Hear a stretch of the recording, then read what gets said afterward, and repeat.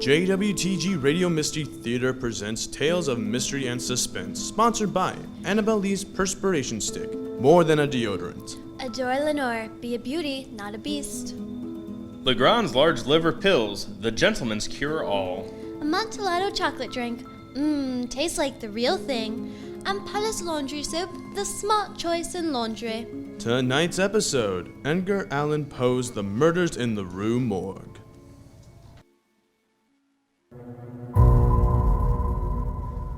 Residing in Paris during the spring of 1931, I there became acquainted with a Monsieur C. Auguste Dupin. This young gentleman was of an excellent, indeed an illustrious family, but by untoward events. Come, dear friend. Honesty saves everyone's time. A variety of untoward events. Drinking, gambling, a prodigious hat-buying habit. Dark circumstances reduced the family to such poverty that the once effervescent energy pervading such a fine lineage succumbed beneath it, becoming dull, awash in anonymity, impoverished, penniless, piteous. I managed by means of rigorous economy. Extraordinary penny pinching. To procure the necessities of life. Books. Without troubling myself over superfluities. Our first meeting was at an obscure library in the Rue Montmartre, where the accident of both our being in search of the same very rare and very remarkable book brought us into closer communion. We saw each other again and again. It was at length arranged that we should rent a time-eaten and grotesque mansion. A perfectly serviceable abode. Not long after we began our residence in the perfectly serviceable abode, we were looking at an evening edition of the newspaper when the headline, "Extraordinary Murders in the Rue Morgue," caught Dupin's attention. This morning, about 3 o'clock, the inhabitants of the Quartier Saint-Roch were awoken from sleep by a succession of terrific shrieks, issuing apparently from the 4th story of a house in the Rue Morgue. Known to be the sole occupancy of one Madame l'Espagne and her daughter, Mademoiselle Camille l'Espagne. After some delay, occasioned by a fruitless attempt to procure admission in the usual manner, the gateway was broken in with a crowbar, and 8 or 10 of the neighbors rushed up the stairs, the screams going quiet. Upon arriving at a large back chamber in the 4th story, a spectacle presented itself, which struck everyone present not less with horror than with astonishment. The apartment was in the wildest disorder. The furniture broken and thrown about in all directions. On the chair lay a razor, besmeared with blood. The corpse of the daughter was found in the chimney, head downward, body still quite warm. Madame l'Espagne discovered in the small courtyard of the building. The door of the room was locked, with the key inside. The windows nailed shut.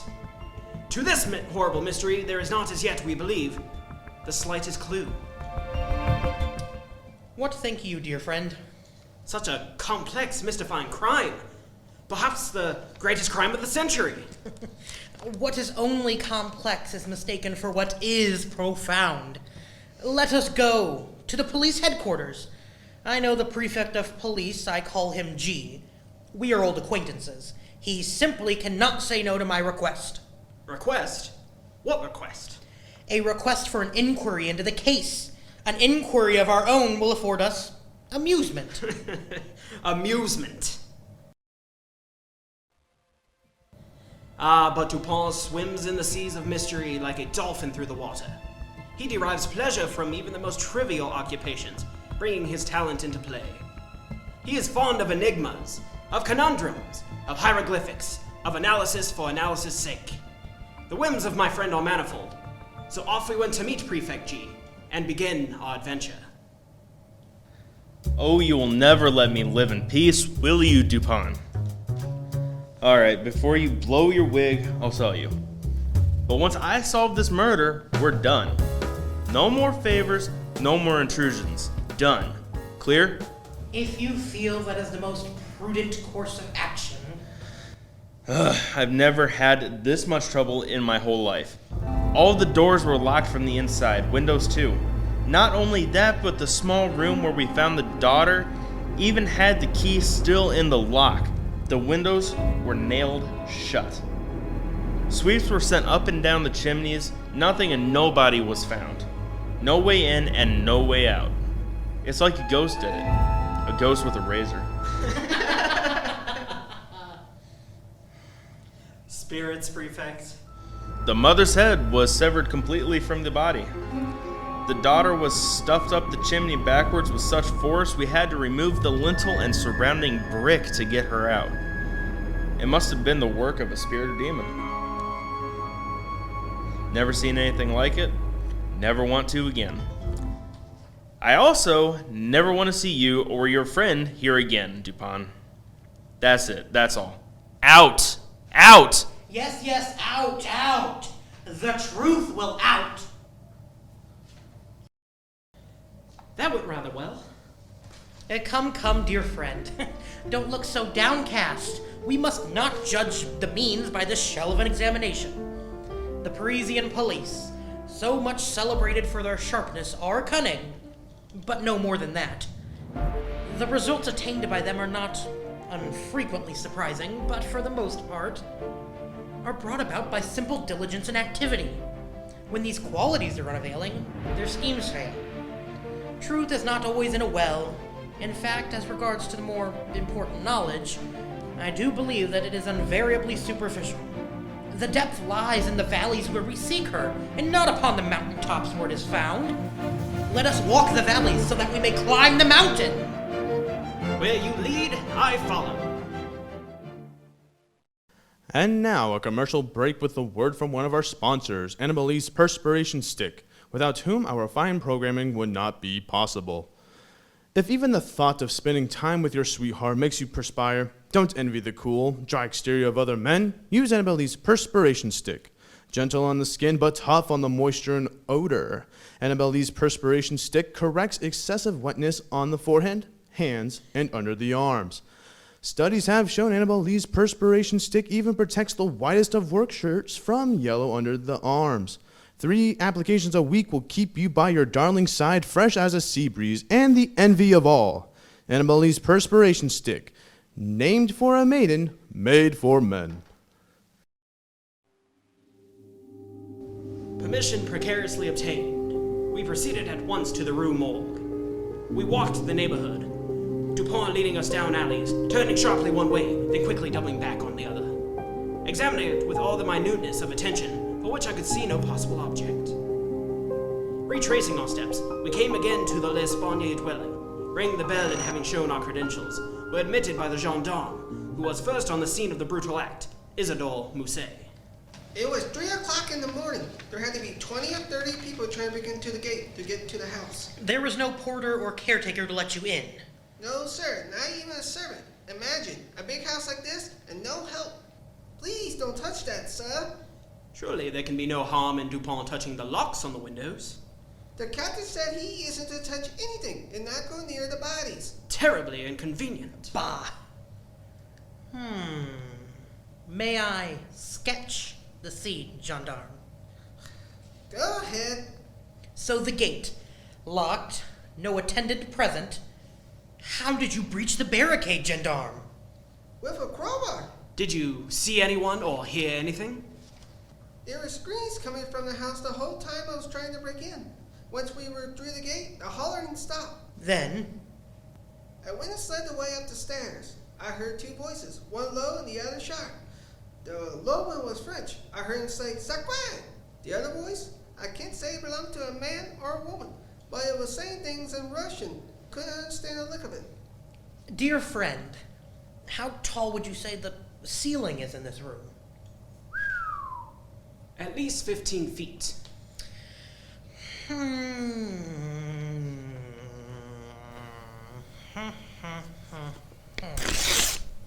Gendarme, I am going to examine the lock on the windows, but only with my eyes, yes? Finding they bring up the windows, they were all locked. Doors too. You don't say. Yes, and the money. Money? Money? Money. What's money? The women had 4,000 gold francs in the house. I heard they had taken at least 12 from the bank the day before the murder. Only 4 was left. I believe I have what I need.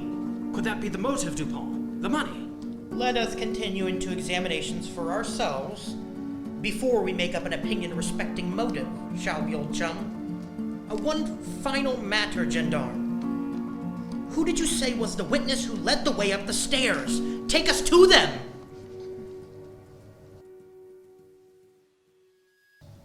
The murders in the Rue Morgue will be right back after this message from one of our sponsors. Is your complexion dreary and weary? Worried about raven's feet forming around your eyes? Is looking in the mirror more frightening than reading a tale of terror? Fear no more. There is balm in Gilead with Adore Lenore's beauty oil. With just 2 drops of Adore Lenore pressed gently into the skin after cleansing, you'll look a rare and radiant maid again. Made with almond, olive, and rose oils, you'll smell sweet and look a treat with Adore Lenore. Thousands of clever girls are flocking to their local drugstores to purchase this miracle product. In fact, one woman traveled 45 minutes to replenish her stock of Adore Lenore, and it replenished her good looks in return, even guarding against unattractive cosmetic skin and wrinkles. So fly by your nearest pharmacy and buy Adore Lenore beauty oil. After one use, you'll be raven. Isidore Muset led us to one Ms. Pauline Dubourg, a laundress who is known to Madame L'Espanaye and her daughter. I've known both them duties for now 3 years.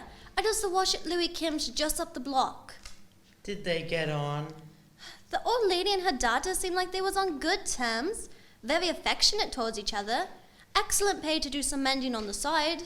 Was Madame L'Espanaye well liked in the neighborhood? Oh, I couldn't say. Couldn't or won't? I won't speak ill of the dead. But will the dead speak ill of you? Fine, but let it be on your head. From what I understand, Madame told fortunes for a living, was reputed to have money put by.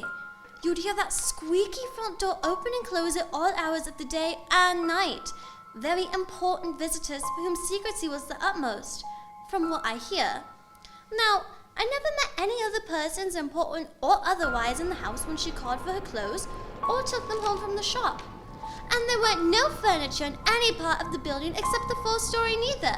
So some visitors. They couldn't have been that important if she didn't bother to put on for them. But was she liked? Ugh, I suppose. What's that got to do with anything? Do only unliked people get murdered? You're much shrewder than most realize. Is that supposed to be a compliment? No. You're much shrewder than most realize. Right to the jugular, Dupin. Well, ask what else you want. This basket of laundry isn't getting any lighter the longer we stand here. You were one of the party who first entered the house the evening of the murder. That I was. I pointed the way as I'd been in the house once before. As I said, it's quite plain inside. No furniture on the 4th floor. Few tatty rugs and some sun-bleached drapes. Well, shutters on the 1st floor and plants do and... go on. A voice. There was a strange, high-pitched noise. Stopped us all in our tracks for a moment. It didn't sound like a man's voice, and it certainly weren't Madame or Camille's. Yes? Then a second voice. A rough man's voice. It was certainly French. I heard him very clearly say, Diable. Oh, it ran a cold shiver down my spine. I can still hear it when there's quiet. And the chamber door Was locked from the inside. Miss Dubourg, the first voice, the high-pitched voice, what nationality would you say its owner is? Does the devil have a nationality, Mr. Dupin? The murders in the Rue Morgue will be right back after this message from one of our sponsors. Has this happened to you? What sounds like the beating of a hideous heart is really the thumping of a headache knocking at your temporal lobe? Or due to an overacuteness of the digestive system, your stomach feels all bricked up behind a stone wall? Even a whiff of your darling doll's perfume as though from an unseen censor sends you into a sneezing fit? If this sounds all too familiar, you need Legrand's Large Liver Pills. Legrand's Large Liver Pills are a wonder of modern medicine, containing all natural ingredients that are both healthy and delectable. Unlike lesser pills on the market, Legrand's Liver Pills are large in size to deliver the most relief possible, and with their smooth, soft capsules are a delight to take daily. You'll say for the love of Legrand's, that's good. Legrand's large liver pills, they're good for what ails you. With Pauline Dubourg's eerie questions still ringing in our ears, Dupin and I made our way to visit Dr. Alexandra Etienne, coroner and expert in medical jurisprudence. Ah, Auguste Dupin. I thought this sordid case might catch your attention. Dr. Etienne, wonderful to see you have the entirety of the morgue under your preview. I accept your congratulations. Let us get started, eh? The corpse of the young lady was much bruised and excoriated. The fact that it had been thrust up the chimney would sufficiently account for these appearances. The throat was greatly chafed. There were several scratches just below the chin, together with a series of livid spots which appeared to be the impression of fingers on the flesh. Appear, not are. The impressions left behind are much exaggerated. I know no weapons that would leave such marks, and if these are fingerprints left upon Mademoiselle L'Espagne's throat, the hands they belong to are twice the size of the average man, hence appear. Shall I continue with the initial assessment? Please. A large bruise was discovered on the pit of the stomach, produced by the pressure of a knee.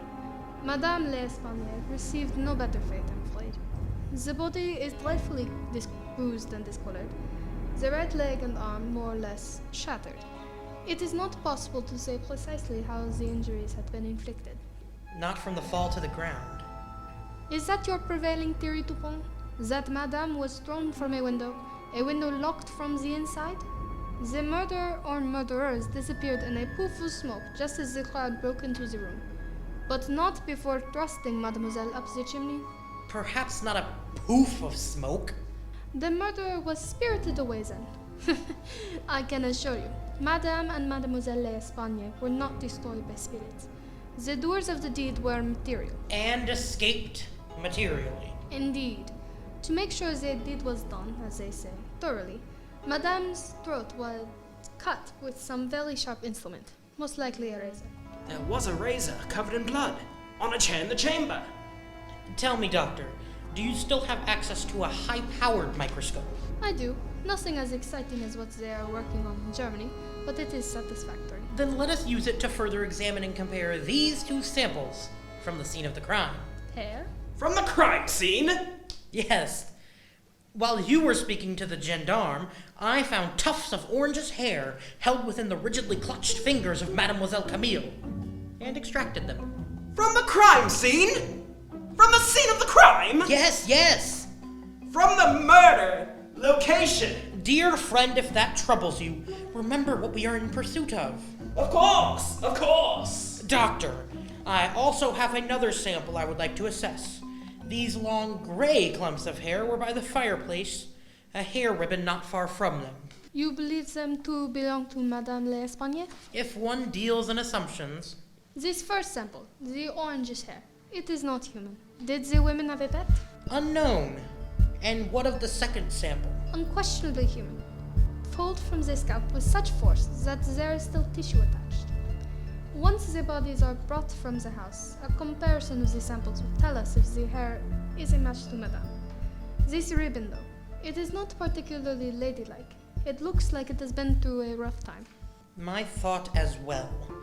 A chemical analysis would do well to tell us where the ribbon has been, and a bit about the wearer. Dupin, thought I would deliver the news myself. We've caught the killer. Improbable. Not so. Adolphe Lebon was arrested not a half hour ago. Who? Lebon is a clerk from Madame L'Espagne's bank. He accompanied her from the bank to her home on the day she withdrew a large sum from her account. The 12,000 francs the gendarme spoke of. 12,000? No, 4,000 francs in gold. 4,000? But wasn't that the amount recovered at the home? We figure Lebon went to L'Espagne's house to steal the money. But when the woman caught him in the act, he knew he had to silence them. So this man, this Le Bon, murdered 2 women for money, but left the money after murdering the women. For the money. Is that what I am hearing? Le Bon got scared off by the crowd. He didn't have enough time to get the money and escape before someone saw his face. What day did Madame make the withdrawal at the bank? 3 days before the murder. 3 days. That is quite a while to wait to rob someone. He had a plan. I must speak to Laban. He's the one, Dupin. Only for a few moments. Dupin. 2 minutes. Blast. Never had so much trouble in my whole life. Fine. He's in the wagon out front. Your generosity shall not be forgotten. 2 minutes, Dupin. Good afternoon, monsieur. My companion and I desire to converse with you if you have the time. I have nothing but time, it seems. Circumstances aside, it is a rather lovely day. I'm just a clerk, not a killer. I've only been with the baking house since the spring. Cutting right to the chase, then. I was there. I freely admit I was at the house 3 days before the murder. 3 days! Not the day before or since. Please, sir, I am no brute. Tell us. I want Madame L'Espanne home from the bank. That's all. She withdrew 4,000 francs paid in gold. Monsieur Mignon told me to walk her home. With that much gold, anyone could have been tempted to steal from her. Not that I would. I didn't even think about stealing it at the time until later. Not later. I don't mean to say that I thought about stealing from her later. Just that the thought that someone could have stolen from her didn't occur to me until later. I certainly wouldn't have thought about or stolen from her. I didn't even go in the house. When we got to the front door, the daughter came out, took both bags. I tipped my hat to them, and then they went inside, closing the door in my face. They didn't even give me a tip. Not that I expected one. We're not even allowed to accept tips. The gesture would have been nice enough. What did you do after you left the L'Espanne home? I went back to the bank. But not directly back to the bank. No. I stopped by the patisserie, but only for a little while. Said hello to a few friends at the cafe. Then back to the bank in time for lunch. A very full morning. Yes, they keep us very busy at the bank. Time's up. Please, sirs, help me! I am no criminal!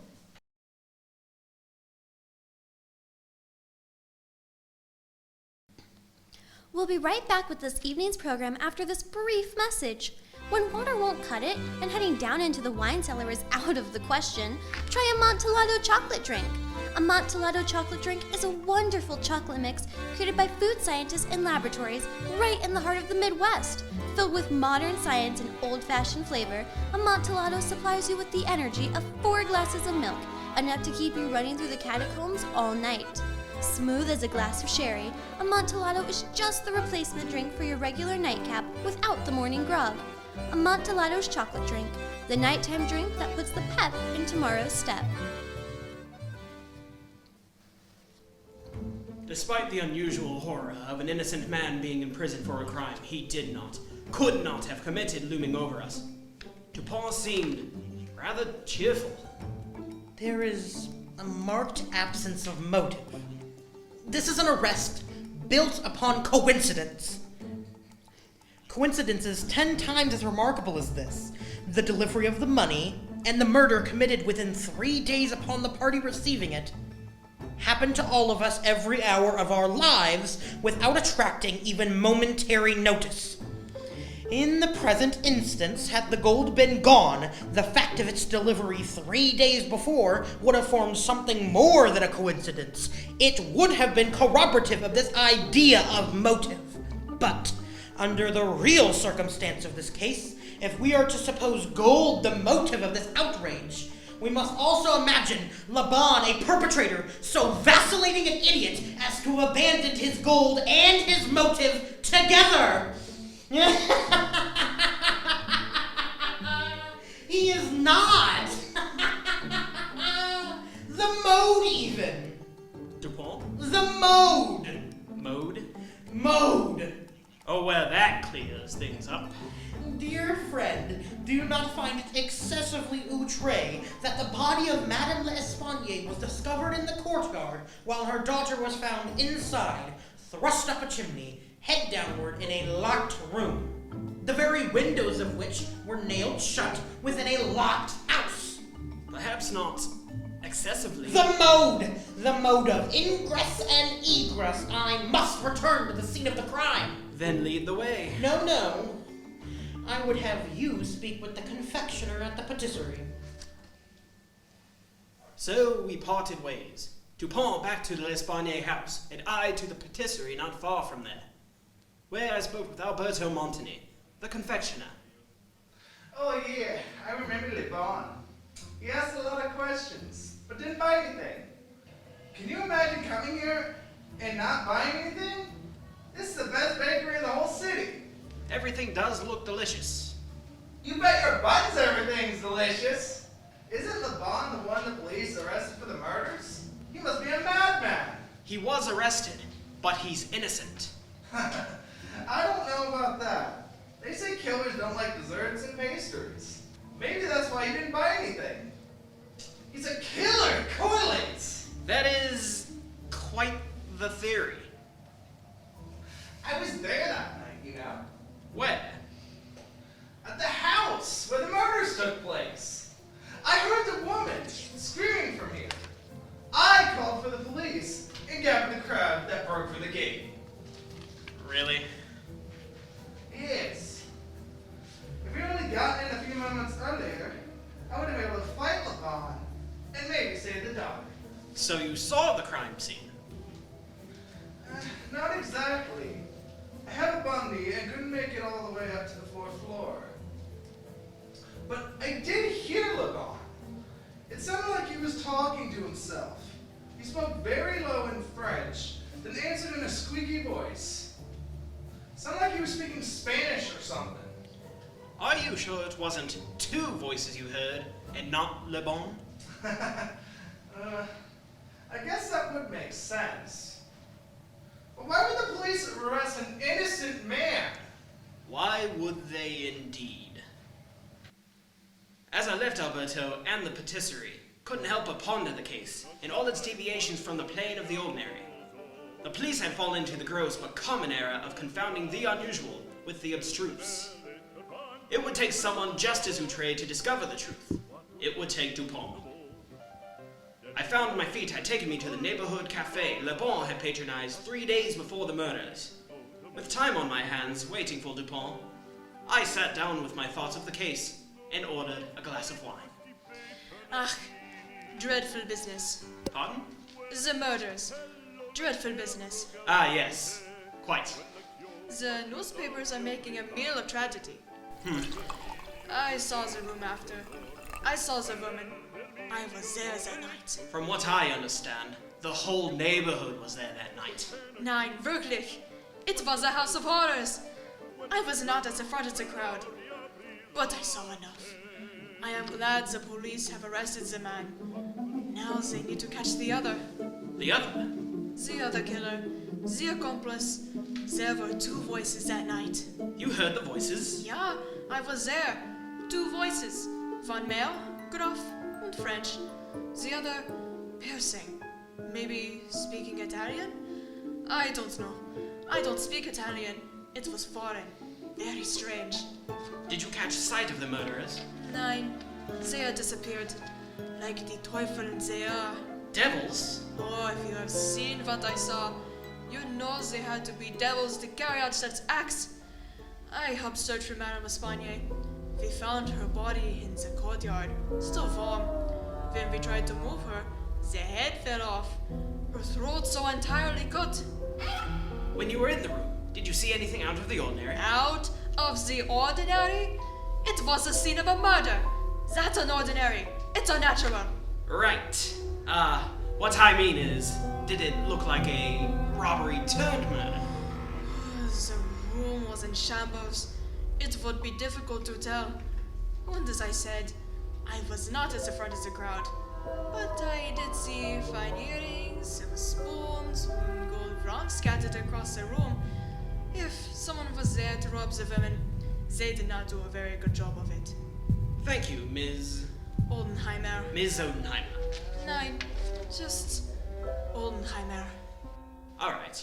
Please excuse me, Odenheimer. I must attend to other duties.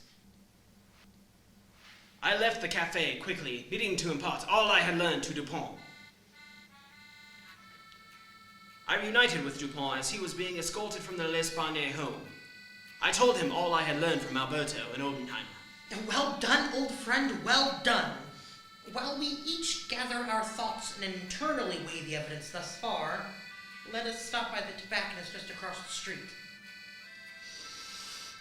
Nothing quite like the smell of a tobacco shop. Ah, hello, gentlemen. May I assist you? Your selection of cigars is unparalleled in the whole of Paris. You are welcome to sample one, monsieur. A match for you? Being modern, your companion most likely has a lighter, but matches are much more old-fashioned and romantic. Much more you, if I am not mistaken, Non. That is quite the leap in ratiocination. Oh, no leaping required, I assure you. I have eyes to see and ears to hear, and the mind to stitch the information together. Now you are a Cavendish admirer, Non. The sherry is sweet, but not cloying. That is your favorite, I think. Haven't touched the snuff in years, madame. Oh, come. Let us act as acquaintances. Call me Moreau. Your shop is most pleasantly settled on the street, Moreau. You must see a lot and hear all the best gossip. Gossip. I take umbrage with that. You assume the fairest sex deals in gossip, when it is the men who trade in that specifically. I don't need to listen to gossip. Because you have eyes to see and ears to hear? Precisely. And what did your eyes and ears cut together about those ladies that were all cut up across the street? A very distasteful description. Unfortunately, accurate. Did you know them, Madame and Mademoiselle L? Oui. The old lady was a fortune teller, I'm told. Pretty famous. As they say across the Chanel, codswallop. And so says you. So says you. And the neighbors. I say, not. I have seen no other person enter L'Espagne home except the old lady and her daughter, a porter once or twice, the laundress on one occasion, and the physician some 8 or 10 times. What about all her money? I heard she was loaded. The home in question was formerly occupied by a jeweler who underlet the upper rooms to various persons of questionable character. Madame Espanier became dissatisfied with the abuse of the premises by her tenant and moved into them herself, removing the jeweler, and refused to let the rooms to anyone further. She was quite childish about it. Madame Espanier and Mademoiselle Camille have lived in that home for 6 years and 5 months. I was born in and have lived in this neighborhood for the entirety of my life. So you know. So I know. What do you know about the night of the murder? Just what the newspapers say. Come, let us be acquaintances. There was a stranger walking around through the neighborhood. Not an unusual occurrence. But this man, looked in a rush, hurried. Did you see details? It was dark and my eyesight is not what it once was. I could tell from his silhouette that he was broad, as though he was some kind of laborer. His hair was long as well, tied back. Moreau, you do know! Our sincerest gratitude for the cigar, but we must really leave with haste. Au revoir, monsieur. The Murders in the Rue Morgue radio program will be right back for its startling conclusion, right after this. Don't risk the longevity of your clothes for a cheaper brand of laundry soap. Cheap brands will leave your clothes looking dark and dreary, but new Palace Laundry Soap won't let you down evermore. Palace Laundry Soap is concentrated with stain-fighting action, sure to get even the toughest stains out, while being gentle enough to use on your delicates, leaving your attire radiant. No more lying under a shadow of unmanageable laundry. With Palace Laundry Soap, you'll say nevermore to cheap laundry soap again. Dear friend, in investigations such as we are now pursuing, it should not be so much asked what has occurred, as what has occurred that has never occurred before. In fact, the facility with which I shall arrive, or have arrived, at the solution of this mystery, is in the direct ration of its apparent insolubility in the eyes of the police. I am all astonishment. We are now awaiting a person who, although perhaps not the perpetrator of these butcheries, must have been in some measure implicated in their perpetration. Of the worst portion of the crimes committed, it is probable that he is innocent. I hope that I am right in this supposition, for upon it I build my expectation of reading the entire riddle. It is true that he may not arrive, but the probability is that he will. Should he come, it will be necessary to detain him. Here are pistols, and we both know how to use them when the occasion demands their use. That the voices heard in contention by the party upon the stairs were not the voices of the women themselves was fully proven by the evidence. Madame and Mademoiselle L'Espagne were not destroyed by spirits. The doers of the deed were material and escaped materially. Do tell. Upon my second, more detailed examination, the windows in the chamber do indeed appear to be nailed shut. But upon touching the nail of one window, about a quarter-inch of a shank came off in my fingers. The rest of the shank was nowhere to be found. The resemblance to a perfect nail. The window has a spring that closes the sliding glass unless secured with a stop. The assassin had escaped through the window, which closed behind him upon exit. But how did he get down from the roof? From the casement in question there runs a lightning rod. From this rod it would have been impossible for anyone to reach the window itself, if not for the lattice right outside the window, affording an excellent hold for the hands, both for entering and exiting. Combine the ideas of an agility astounding, a strength superhuman, a ferocity brutal, a butchery without motive, a grotesquerie and horror absolutely alien from humanity, and voice foreign in tone to the ears of people of many nations. What impression have I made upon your fancy? A madman, a beast, a hideous beast in this. Yes, a beast indeed, an orangutan of East Indian Island. An orang-utang? An orangutan. Where? How? The voice of the Frenchman, the ribbon, Moreau citing of the broad man with long hair. The ribbon we found has evidently been used in tying the hair in one of those long queues of which sailors are so fond. Moreover, the knot is one which few besides sailors can even tie. It could not have belonged to either of the deceased women. How do you jump in conclusion from a broad-shouldered sailor with a ribbon in his hair to a killer orangutan? There was no jump, no leap. You recall some months past the rare book we were both hunting in the library. By Georges Cuvier? Bring to your mind the chapter on further advances in comparative anatomy. Summon the description. The gigantic stature, the prodigious strength, wild ferocity, the tawny hair, and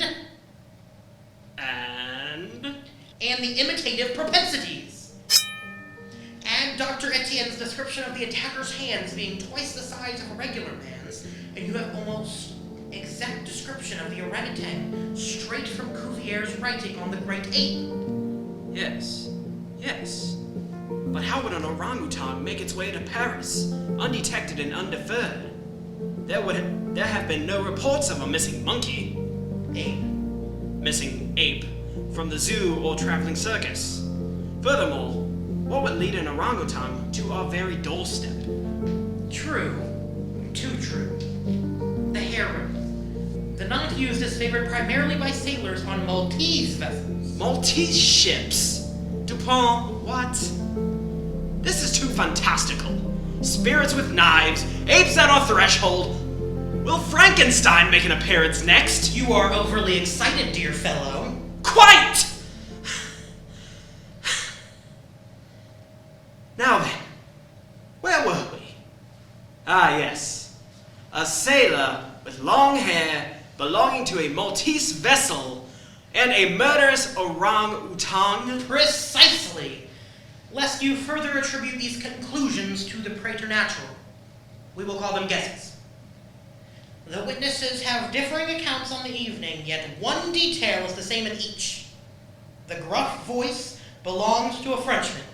There is no hesitancy in that.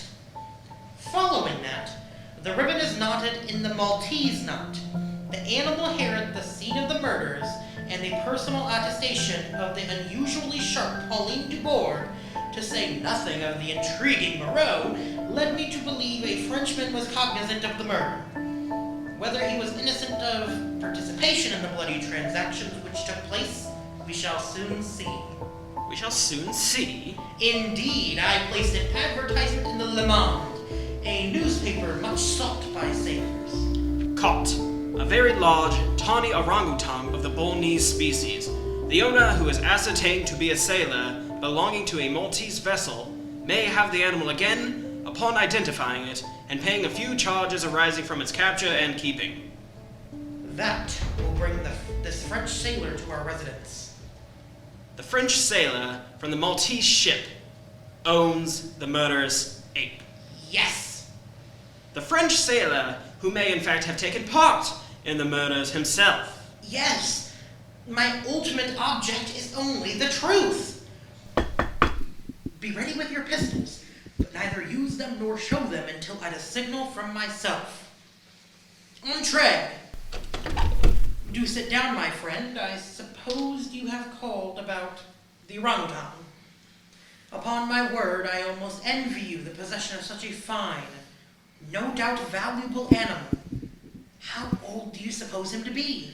I have no way of telling, but he could not be more than 4 or 5 years old. Have you got him here? Oh no, we have no conveniences for keeping him here. He is at a stable nearby. You can get him in the morning, of course. You are prepared to identify the property? To be sure I am. You shouldn't be at all this trouble for nothing. Couldn't accept it. I am very willing to pay in a word for the finding of the animal. That is to say, anything within reason. Yes, raison. That's all fair, right? Within reason.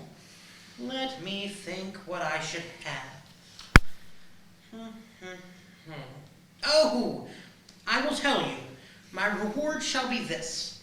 You shall give me all the information in your power about these murders in the Rue Morgue. So help me God! I will tell you all I know about this affair, but I don't think you'll believe a crumb of what I say. Only a fool would. Oh, he is no fool. Still, I am innocent, and innocent it was. The orangutan. Go to. An innocent man is now in prison, charged with the crime of which you either are or can point out the perpetrator.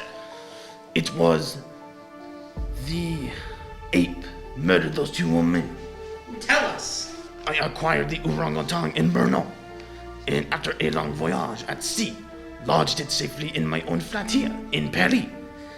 I fully intended to sell it. I did, but time did escape me. As did the orangutan. Oui. The evening of the murder, I returned from a night of frolicking to find the ape had broken free from the closet I locked it within. Sitting at my looking glass, my straight razor in its hand, attempting to shave its face. I was terrified it would attack me with the razor, so I took out my whip. This is how I made it obey me before. The beast is wild and ferocious. It saw the whip and sprung through the window to the street. I chased it for 2 hours until I lost it in the Rue Morgue. That must have been when Moreau spotted him on the street. Continue. Suddenly, I caught sight of the brute. It climbed the shutters for the first floor. Then, like a flash, scaled the lattice and swung from the lightning rod through the window on the 4th floor of the house. I tried to mimic its path as quickly as I could. The screaming started when I saw but halfway up the building. By the time I reached the window, both women were dead. And the orangutan? I shouted at the horrific scene. The monster saw me and flew into a frenzy, throwing the older lady's body at me through the window. It jabbered at my shouts. I could hear the crowd coming up the stairs, so I climbed back down the house and ran as far away and as fast as I could. Where did you go? The sheep. It is my true home, after all. Why did you answer the advertisement? I thought perhaps I could still sell the orangutan. Who? Entree! This better be good, Dupin. Ah, gee. Almost on time. This gentleman will lead you and your gendarme to the real killer of Madame and Mademoiselle L'Espagne. What? Where? Who? A murderous orangutan currently hiding in the city flat of the sailor. It would have returned to the only home it knew in the city, just as we all do eventually. Do make sure to release Laban on your way. I have never had so much trouble in all my life. All right, pal. Take us to the ape. Words I never thought I'd say. My God, the case was solved, and Laban will go free. Imagine, a murderous orangutan. I feel as though I could sleep for a week. I think that was rather enough amusement, don't you, Dupin? For now, dear friend. Merely for now. Thank you for joining JWTG Radio Mystery Theater's Tales of Mystery and Suspense. Tune in next time for more thrills and chill.